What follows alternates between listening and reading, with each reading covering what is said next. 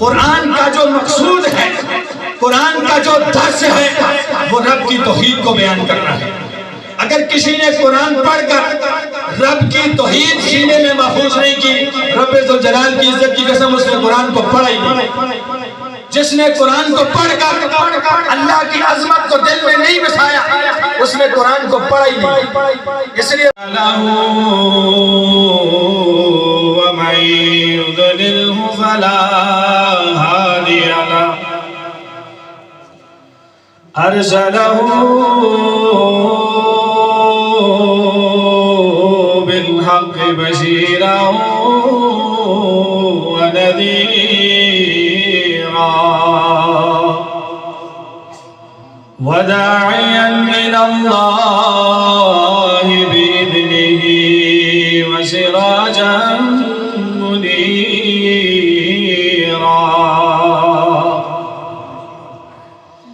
أما بعد فأعوذ بالله من الشيطان الرجيم بسم الله الرحمن الرحيم إنا نحن نزلنا الذكر وإنا له لحافظون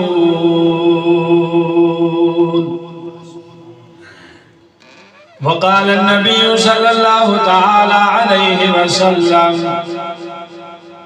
خيركم من تعلم القرآن وعلمه صدق الله مولانا العظيم وصدق رسوله النبي الكريم الأمين الرؤوف الرحيم ونحن على ذلك لمن الشاهدين والشاكرين والحمد لله رب العالمين اللهم صل على محمد وعلى آل محمد كما صليت على إبراهيم وعلى آل إبراهيم إنك حميد مجيد اللهم بارك على محمد وعلى آل محمد كما باركت على إبراهيم وعلى آل إبراهيم إنك حميد مجيد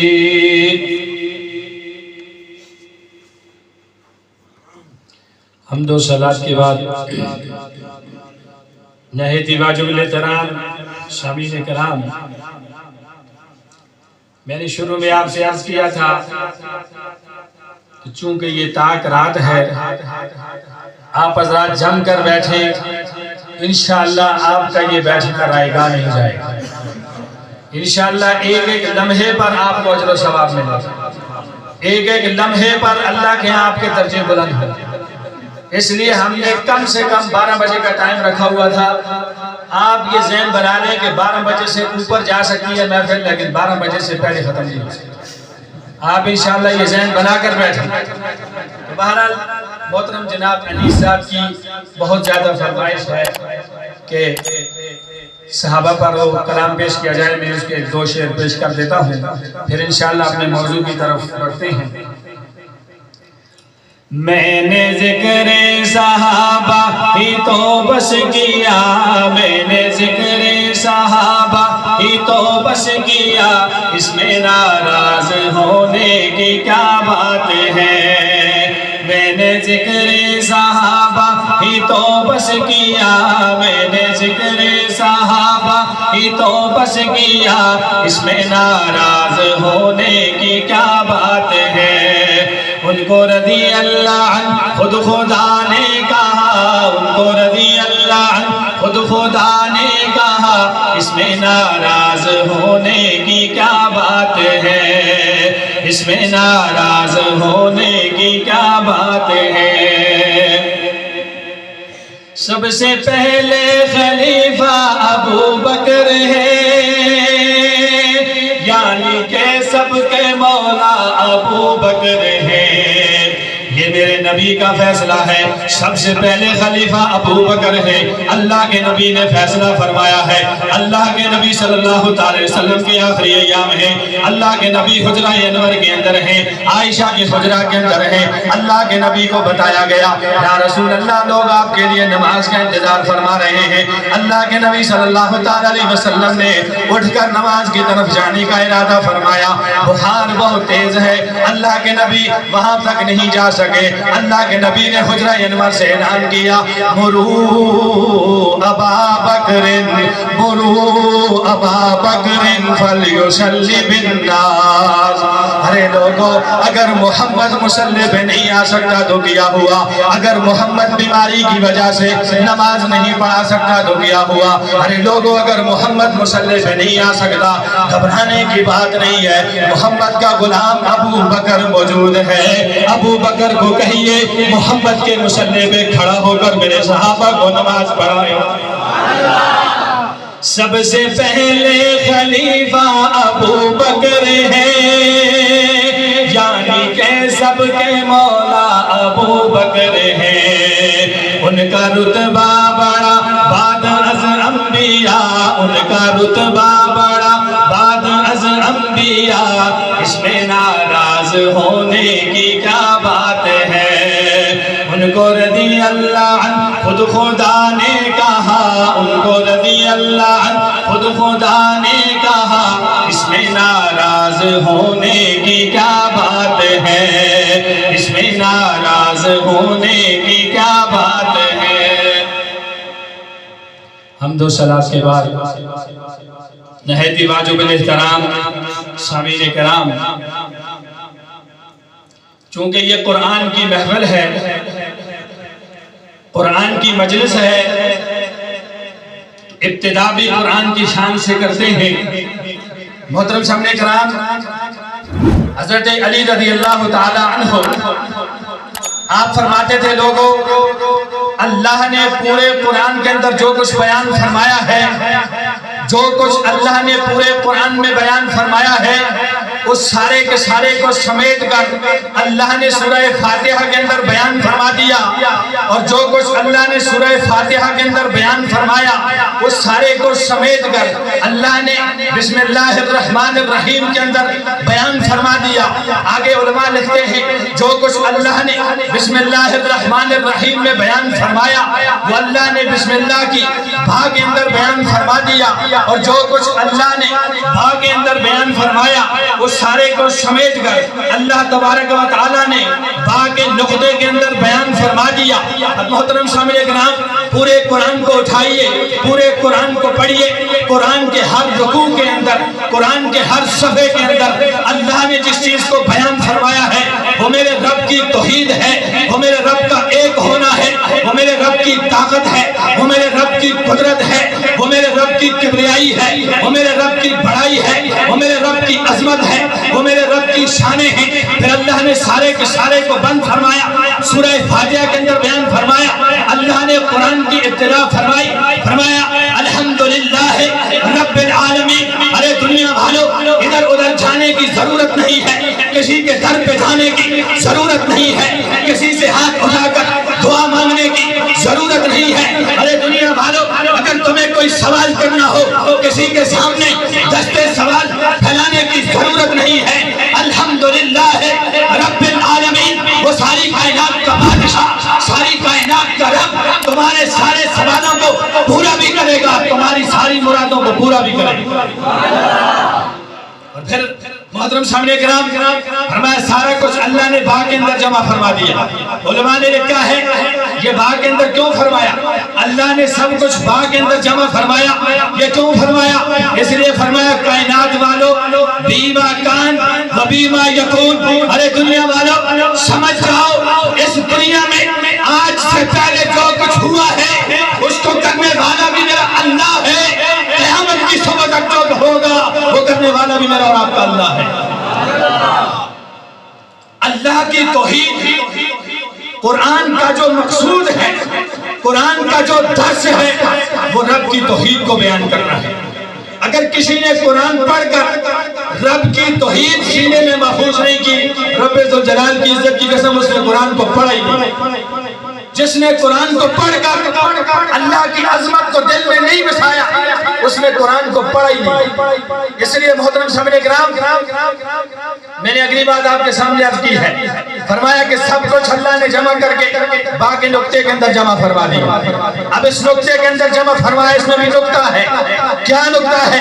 میں محترم سامعین کرام، جیسے نقطہ اس کی اپنی کوئی حیثیت نہیں ہے، لیکن محترم سامعین کرام، عادات کی عمارت کو بنانے کے اندر یہ نقطہ استعمال کیا جاتا ہے۔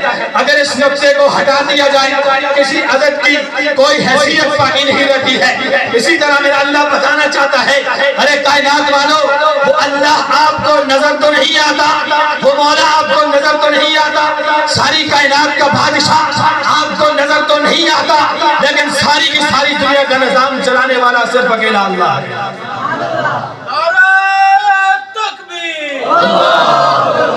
شان صحابہ، تاجدار ختم نبوت، زندہ محترم سامعین کرام، اور آگے چلیے۔ اصل بات یہ ہے محترم سامعین کرام، آج ہم نے توحید کے درس کو چھوڑ دیا۔ یقین جانیے، ہماری دنیا کی خرابیوں اور آخرت کی خرابیوں کی جو جڑ ہے، وہ ہم نے اللہ سے ہونے کو چھوڑ دیا، اللہ سے ہونے کو چھوڑ دیا ہے۔ بنا اس دل کے اندر اللہ کی عظمت کیسے آئے گی؟ جس دل کے اندر دنیا کی وقت ہے، روپے کی عظمت ہے، پیسے کی عظمت ہے، گاڑیوں کی عظمت ہے، اور بڑی بڑی عمارتوں کی عظمت ہے، عہدے کی عظمت ہے، ڈگری کی عظمت ہے، اور دنیا کے مال و دولت کی عظمت ہے۔ ارے جس دل کے اندر دنیا کی چیزوں کی عظمت ہوگی، اس دل کے اندر کبھی رب نہیں آئے گا۔ رب تو اس دل کے اندر آئے گا جو ساری دنیا سے خالی ہوگا۔ ارے ذرا ساری دنیا سے، سارے تفکرات سے، ساری دنیا کی چیزوں سے اپنے دل کو خالی کر کے دیکھو۔ جب ساری چیزوں سے دل کو خالی کرو گے، ارے پھر تم آسمان کی بلندیوں میں دیکھو گے، تمہیں اللہ نظر آئے گا۔ تم زمین کی پستیوں میں دیکھو گے، تمہیں اللہ نظر آئے گا۔ تم پہاڑوں کی مضبوطی میں دیکھو گے، تمہیں اللہ نظر آئے گا۔ تم انسانوں کی طرف دیکھو گے، تمہیں اللہ نظر آئے گا۔ تم جنوں کی طرف دیکھو گے، تمہیں اللہ نظر آئے گا۔ تم سمندروں کی طرف دیکھو گے، تمہیں اللہ نظر آئے گا۔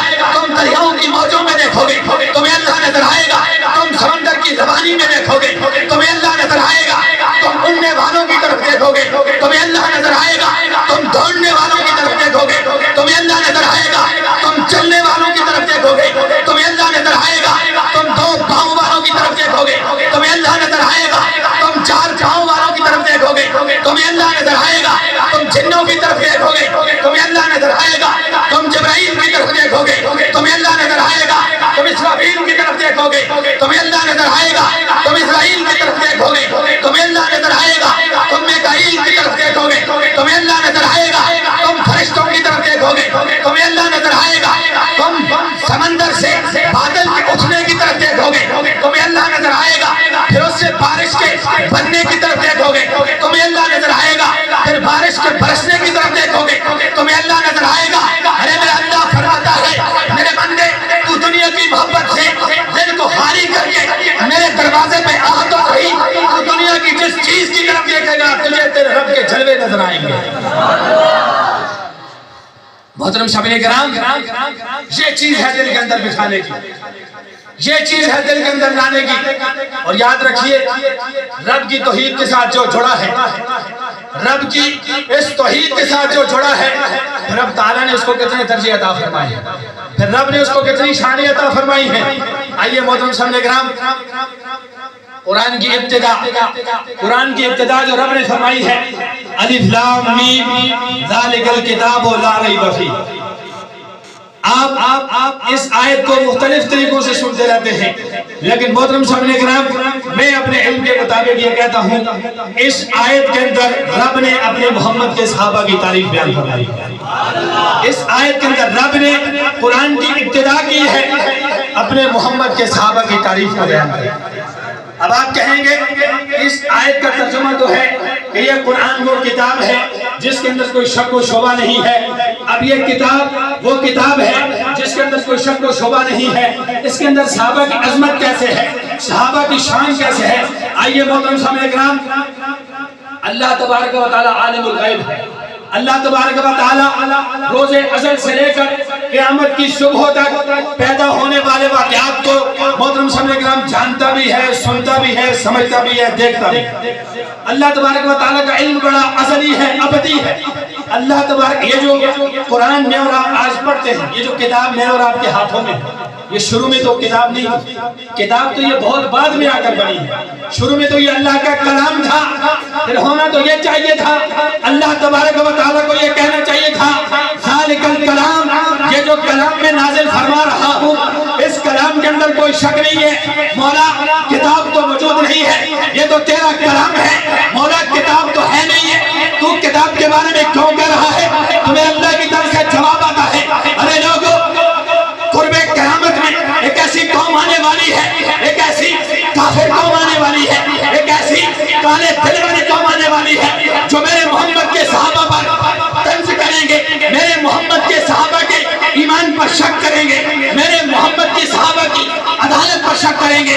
میرا آج سے اعلان کیے دیتا ہوں، ارے میرے کلام کے اندر تو کوئی شک نہیں ہے، لیکن محمد مصطفیٰ کے صحابہ نے جس قرآن کو اکٹھا کیا ہے، جس قرآن کو جمع کیا ہے، اور جس قرآن کو میرے محمد کے صحابہ نے لکھا ہے، جس کو کتابی شکل دی ہے، میں رب یہ اعلان کرتا ہوں، ارے دنیا والوں، میرے کلام میں کوئی شک نہیں ہے، لیکن ابو بکر نے جو کتاب لکھی ہے اس کتاب میں کوئی شک نہیں ہے. ارے دنیا والوں، عمر نے جس کتاب کو جمع کیا ہے اس کتاب میں کوئی شک نہیں ہے. دنیا والوں، عثمان نے جس کتاب کو جمع کیا ہے اس کتاب میں کوئی شک نہیں ہے. دنیا والوں، علی نے جس کلام کو جمع کیا ہے اس کے اندر کوئی شک نہیں ہے. ارے دنیا والوں، میں دنیا والوں کو بتانا چاہتا ہوں، صبح قیامت تک آنے والے لوگوں کو یہ بتا دینا چاہتا ہوں، ارے دنیا والوں، رب کے کلام میں کوئی شک نہیں ہے. اسی طرح محمد کے صحابہ نے جس قرآن کو جمع کیا ہے اس کے اندر بھی کوئی شک و شبہ نہیں ہے. محترم سامعین کرام، یہ قرآن کے ساتھ جڑنے والے صحابہ ہیں، یہ قرآن کے ساتھ جڑنے والے صحابہ ہیں. یاد رکھیے، اللہ تبارک و تعالیٰ نے جو اعلان اس کتاب کے اندر کیا ہے، پچھلی کسی کتاب کے اندر اللہ نے یہ اعلان نہیں کیا. احساس ہے، اس لیے یاد رکھیے اللہ تبارک و تعالیٰ نے میرے اور آپ کے ساتھ یہ احسان فرمایا. اللہ تبارک و تعالیٰ نے ہمیں نبی دیا سارے نبیوں سے اعلیٰ. اللہ تبارک و تعالیٰ نے ہمیں نبی دیا سارے نبیوں سے اعلیٰ. جس کو اپنے نبی کے نبی ہونے پر، امام الانبیاء ہونے پر، خاتم الرسول ہونے پر فخر ہے، وہ بولے ہمیں اللہ نے نبی دیا سارے نبیوں سے اعلیٰ. اللہ نے نبی دیا سارے نبیوں سے اعلیٰ. اللہ نے کتاب دی ساری کتابوں سے اعلیٰ. اللہ نے مہینہ مرحمت فرمایا سارے مہینوں سے اعلیٰ. اللہ نے رات مرحمت فرمائی ساری راتوں سے اعلیٰ. اللہ نے دن مرحمت فرمایا سارے دنوں سے اعلیٰ. اور اللہ نے مجھے اور آپ کو امت بنایا ساری امتوں سے اعلیٰ. محترم سامعین کرام، کیا یاد رکھیں گے؟ اللہ نے مجھے اور آپ کو امت بنایا ساری امتوں سے اعلیٰ.